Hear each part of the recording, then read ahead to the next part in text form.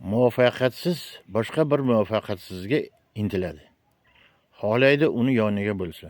Chunki uni sustligini, muvaffaqiyatsizligini qo'llab-quvvatlaydi va o'ylab biron bir oqlash uchun bahona topadi.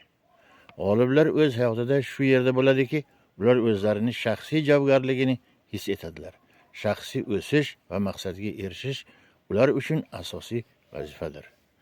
Sizning suhbat davrangiz qanday? Nima to'g'risida ko'proq suhbatlashasiz? Nimaga ko'proq e'tibor berasiz? Shikoyatgami yoki harakat qilishgami?